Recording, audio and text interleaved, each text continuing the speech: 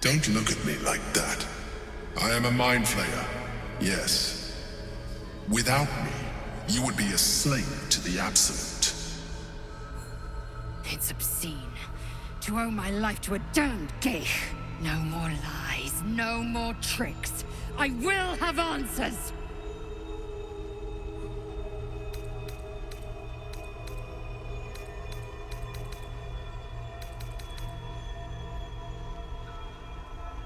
You grew attached to a mere disguise, but you judge without even knowing me. It's like I said before, I'm just like you. An adventurer, I came from Baldur's Gate, though I was never one to be constrained by circumstance. I longed for more.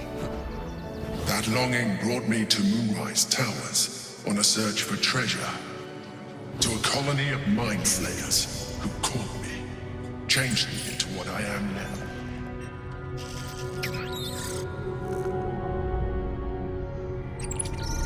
For years, I served the Elder Brain, the one you know as the Absolute. I was a thrall like any other, but I was fortunate. I broke free and started a new life in my old city. I sustained myself on criminals. Unglamorous, but there are plenty of them. Rarely missed. And they fueled me while I did my work.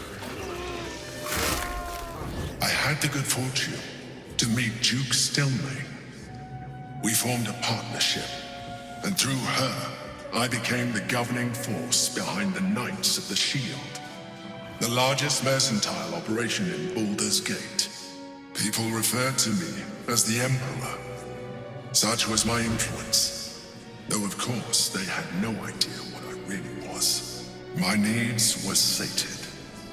I was happy for a while, until my true nature was discovered by the tyrant himself, Lord Gortash. He tore me from my home and brought me back to the Brain, where I became a slave once again. A slave he continued to call the Emperor. The name was intended as a slight, to remind me of the heights from which I fell. But I have grown fond of it. It encapsulates well who I've become.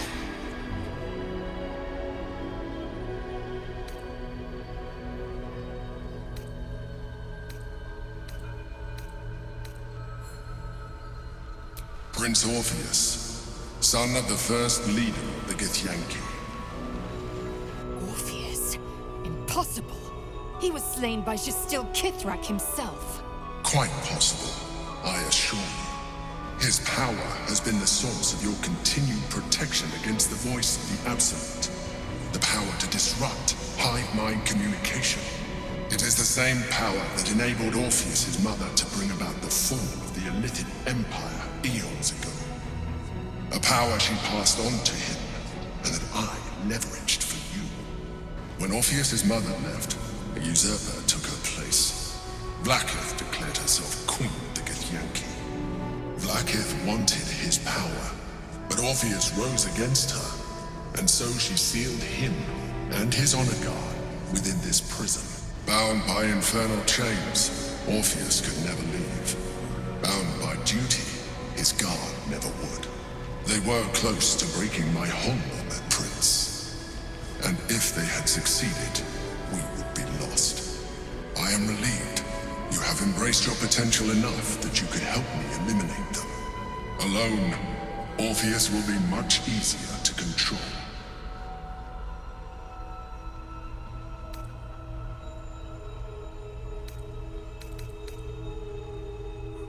Most certainly Orpheus. He is a threat to her reign.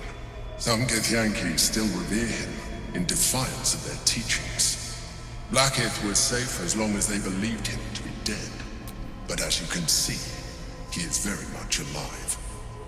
I don't understand. The histories claim the prince was burned to ash in the skies. Your histories are fabrications. The prince was not killed. As you can very well see, he was imprisoned. She kept him this way because she was reluctant to eradicate such power. Power that she might one day wish to take from him. If the Githyanki ever find out what she has done, there will be civil war. Blacketh will be finished.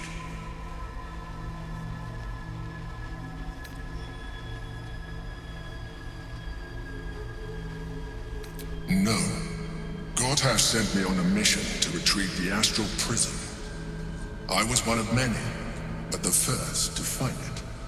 How Gortash or the other chosen learned of its existence, I do not know. The moment I found it, I felt a change. My free will returning.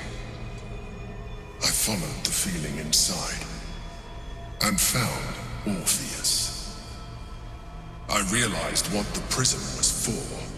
Containment. While my body was within the prison's bounds, my mind was free. I could resist the Elder Brain, the Chosen.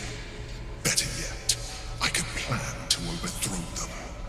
All I needed to do was subdue Orpheus and find allies in the outer world. You.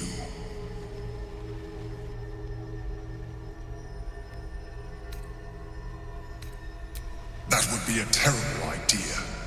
The moment he is free, he will attack you. Your only defense would be to kill him, and in so doing, he would doom us both. Even though he is subdued, you feel Orpheus's revulsion, a pulsing hatred that cannot be contained. The Emperor is telling the truth.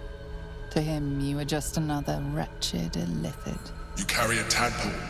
As far as Orpheus is concerned, you are already a illithid, a sworn enemy, just like me.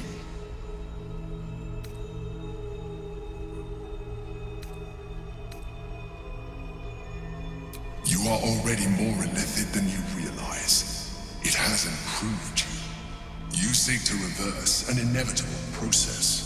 A process of evolution. When I first escaped from the Elder Brain, I too railed against the change. But the longer I have inhabited this form, the more it has grown on me. Even if my original body remained intact after I transformed, I would not return to it. Doing so would only impose limitations. As an illithid, I have far surpassed who I ever was before. You too should embrace this change.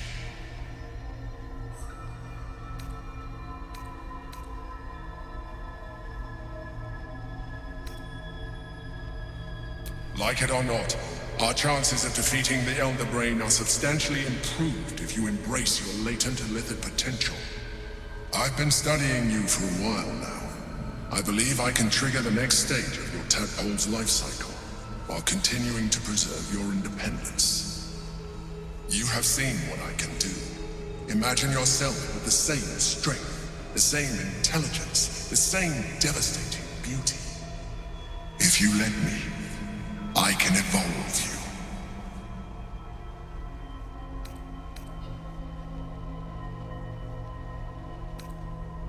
I understand. Let us hope then that your present self will be sufficient to deal with 3 gods of death and a giant magically enhanced Elder Brain. But in case you change your mind,